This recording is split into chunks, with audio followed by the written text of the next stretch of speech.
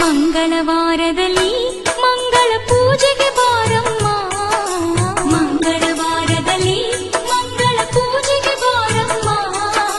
ಶುಕ್ರವಾರದ ಪೂಜೆಗೆ ಒಲಿದು ಶುಭವನ್ನು ನೀಡಮ್ಮ, ಶ್ರೀ ಚೌಡೇಶ್ವರಿಯಮ್ಮ.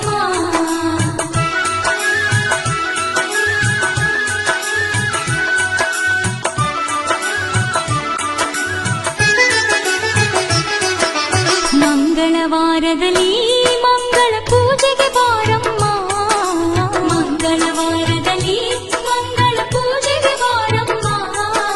ಶುಕ್ರವಾರದ ಪೂಜೆಗೆ ಒಲಿದು ಶುಭವನ್ನು ನೀಡಮ್ಮ,